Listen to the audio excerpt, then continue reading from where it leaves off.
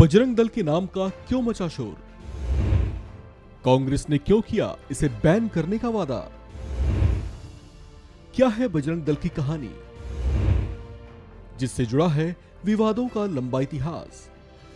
Congress party ने वादा किया है कि वो बजरंग दल पर बैन लगा देगी। ये बात उसके घोषणा पत्र में कही गई है, जो कर्नाटक विधानसभा चुनाव के लिए जारी की गई है। इसमें स्पष्ट तौर से लिखा गया है कि कर्नाटक में सरकार बनने के बाद बजरंग दल पर प्रतिबंध लगा दिया जाएगा। कांग्रेस ने घोषणा पत्र में बजरंग दल को बैन करने की बात कही तो इस पर प्रधानमंत्री नरेंद्र मोदी की ओर से भी कड़ी प्रतिक्रिया आई। उन्होंने कांग्रेस के ऐसे वादे को बजरंग बली का अपमान बताया। उन्होंने कहा कि कांग्रेस ने पहले भगवान राम को ताले में बंद किया और अब वह बजरंग बली बोलने वालों को ताले में बंद करना चाहती है। पीएम के ऐसे बयान पर कांग्रेस नेता पवन खेड़ा ने कहा कि हमारे भगवान बजरंग बली की बजरंग दल से तुलना करना हमारी आस्था का अपमान है।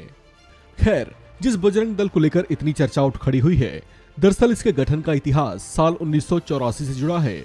इसका गठन वीएचपी या विश्व हिंदू परिषद की यात्रा को सुरक्षा देने के लिए किया गया था।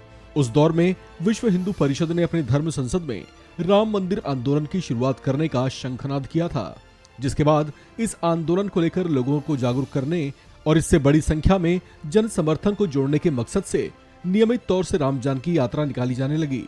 देखते ही देखते इसका असर भी हुआ और इससे बड़ी संख्या में लोग जुड़ते चले गए, जिसमें युवा, महिलाएं, बच्चे, बुजुर्ग और बड़ी संख्या में साधु संत भी शामिल थे।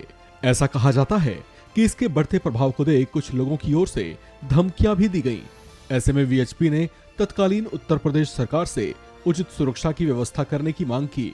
बताया जाता है कि यूपी के तत्कालीन मुख्यमंत्री एनडी तिवारी ने ऐसा करने से साफ तौर से इनकार कर दिया, जिसके बाद कुछ युवा राम जानकी शोभा यात्रा की सुरक्षा के लिए आगे आए। उन्हीं में से एक चर्चित नाम था विनय कटियार का, जो उस समय एक युवा हिंदूवादी नेता के तौर पर चर्चित थे। विनय कटियार के आह्वान पर बड़ी संख्या में युवा आगे आए और इस तरह से एक नए संगठन की नींव पड़ी, जिसे बजरंग दल का नाम दिया गया।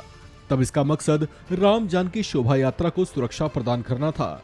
हालांकि आगे चलकर इसके एजेंडे में भी विस्तार होता चला गया, यहाँ तक कि विश्व हिंदू परिषद ने बजरंग दल को कुछ खास तरह की जिम्मेदारियां भी सौंपनी शुरू कर दी, जिसमें सामाजिक जनजुड़ाव को बढ़ावा देना, सामाजिक बुराइयों के खिलाफ लोगों को जागरूक करना, गौ संरक्षण के लिए काम करना, ऐसे धार्मिक स्थल जिन पर अवैध कब्जे हो चुके हों उन्हें मुक्त करवाना, धर्म परिवर्तन की कोशिशों को रोकने जैसी जिम्मेदारियां इनमें शामिल थीं।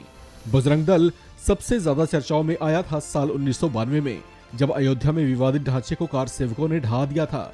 उसमें बजरंग दल की बड़ी भूमिका कही जाती है, जिसके बाद देश में तत्कालीन नरसिम्हा राव सरकार ने बजरंग दल पर बैन लगा दिया था। हालांकि 1 साल के भीतर ही वो बैन हटा भी लिया गया था। इसके बाद आगे के सालों में बजरंग दल पर कई तरह के आरोप लगते रहे, जैसे कि इसके कार्यकर्ताओं की ओर से प्रेमी जोड़ों को परेशान करने की घटनाओं की कई बार आलोचना की गई, जबकि इस पर अल्पसंख्यक वर्ग के लोगों को परेशान करने के भी आरोप लगे।